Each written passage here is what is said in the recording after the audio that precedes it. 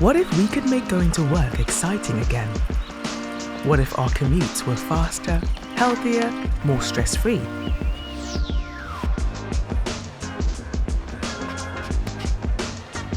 What if we didn't have to queue for our morning coffees, and it was always sustainably sourced?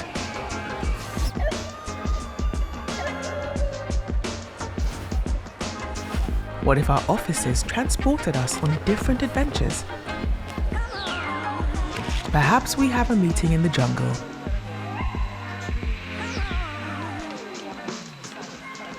Stop for a tennis break in Tuscany. And do some research in New York City, all before lunch.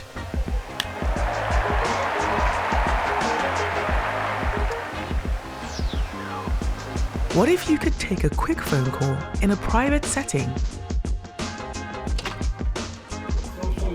Or gather with others in comfortable spaces to share our ideas and experiences? What if we could take a moment for ourselves amongst the trees?